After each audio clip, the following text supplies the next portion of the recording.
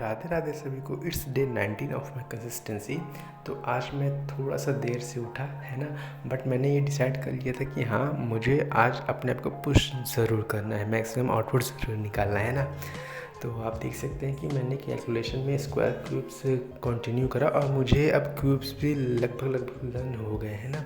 तो अब मैं आगे से क्यूब्स के अलावा कुछ और करूँगा कैलकुलेशन में। तो मैंने रिवीजन के लिए माइंड मैप उठाया। मुग़ल एम्पायर मैंने पढ़ लिया था, तो परमार सर माइंड मैप करवाते हैं अपने चैनल पे, तो वही माइंड मैप से मैं रिवाइज़ कर रहा था। इससे क्या होता है कि ज़्यादा देर तक याद रहता है ना। उसके बाद मैंने टेलीग्राम ओपन किया था वो कैब रिवीजन करने के लिए, बट देखा कि मैम का मैसेज आया कि आज वो क्लास नहीं ले पाएंगी। तो मैंने वो कैब पढ़ा। फिर उसके बाद मुझे याद आया कि हाँ, अब अनुभव सर भी हैं जो पढ़ाते हैं एडिटोरियल रोज़ डेली। तो मैंने सर से एडिटोरियल क्लासेस ले ली, क्योंकि देखिए सारे टीचर अपना मैक्सिमम आउटपुट देते हैं, कोई अच्छा या कोई ख़राब नहीं पढ़ाता है ना। मैटर ये करता है कि आप किससे समझ सकते हैं।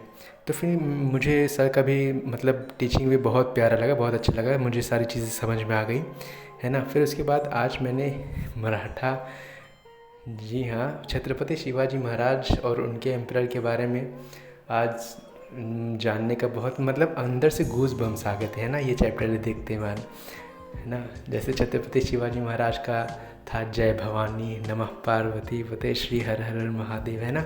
तो गूज़ बम्स आ गए। तो मैंने कहा कि आज ये ख़त्म ज़रूर करूँगा ये टॉपिक है ना। पढ़ के बहुत अच्छा लगा। तो मुझे ये छत्रपति जो टाइटल मिला था शिवाजी महाराज को, ये रायगढ़ फोर्ट में मिला था है ना। तो ये ज़रूर आप नोट करिएगा। और इनके 2 वाइफ थी, एक साई बाई, एक सोयराबाई। सोयराबाई से राजा राम हुए थे और साई बाई से संभाजी हुए थे। संभाजी का पुत्र साहू जी था और राजा राम का पुत्र शिवाजी द सेकंड था। तो ये आप लोग ज़रूर याद करिएगा, थोड़ा सा माइंड मैप बना के या किसी ट्रिक से है ना, ताकि आप उससे कंफ्यूज ना हो कि सोयराबाई साई बाई कौन है कौन नहीं है ना। तो मैंने इसी तरह करा। फिर उसके बाद आप देख सकते हैं कि ये मराठा कॉन्फिडेंसी थी, ये जो डेडलीस्ट वॉर हुआ था, जो थर्ड बैटल ऑफ पानीपत हुआ था, वो पूरे वर्ल्ड का डेडलीस्ट वॉर माना जाता है। देख सकते हैं मैंने पानीपत के तीनों बैटल एक साथ लिख दिए ताकि जिससे कन्फ्यूज़न ना हो। तो पानीपत का फर्स्ट बैटल बाबर और लोधी के बीच में हुआ, जिसमें बाबर जीत गया था।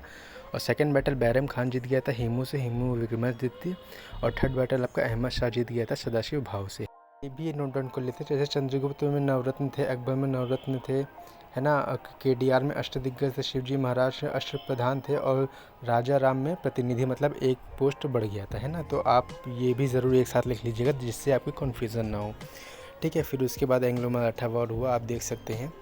फिर उसके बाद पूरा पढ़ने के बाद, मराठा एम्पायर का पूरा पढ़ने के बाद चैप्टर, तो मैं आज मिक्सचर एलिगेशन का मैं शर्मा सर से, आप देख ही रहे, आप जानते ही हैं ना। तो शर्मा सर से मैंने इनकी क्लास पिछले ईयर्स की पढ़ी है, तो उसी से मैंने मिक्सचर एलिगेशन टॉपिक एक बार देखा, क्योंकि साथ साथ लगाया, जिससे मेरा कन्फ्यूज़न जो है थोड़ा बहुत मिक्सचर एलिगेशन में वो कंप्लीट हो जाए, ठीक है। फिर उसके बाद आप देख सकते हैं कि ये मिक्सचर एलिगेशन दोनों मिक्स हैं, सर भी बहुत अच्छा पढ़ाते हैं। तो मुझे इसलिए, मेरे पास बैच था ही पुराना पिछले साल का, तो मैंने उसी से रिवाइज़ किया है ना। फिर मम्मी ने कहा कि गाजर छील दो, तो फिर कैसे मना करता। तो फिर मैंने सोचा कि कुछ ना कुछ तो आउटकम निकालना ही है, 1 घंटा ख़राब हो जाएगा, 1.5 घंटा। तो मैंने क्या किया, मिडिवल हिस्ट्री का पूरा जो वन शॉट आता है परमार सर का, उसको लगाया और मस्त अपने कान में ईयरफोन लगा के, ब्लूटूथ लगा के वो करता रहा। 1.75 के 2x की स्पीड से करता रहा, जिससे, क्योंकि मुझे याद थे कि बस मुझे रिवाइज़ करना था। तो उससे मेरा गाजर भी छिल गया था मस्त और मेरा ये काम भी हो गया था, प्रोडक्टिव निकल आता है ना, जो मैंने सुबह आज सोचा था। फिर उसके बाद फिर जहाँ पे मैंने छोड़ा था मैथ की क्लास, फिर वहाँ से मैंने स्टार्ट कर दिया था।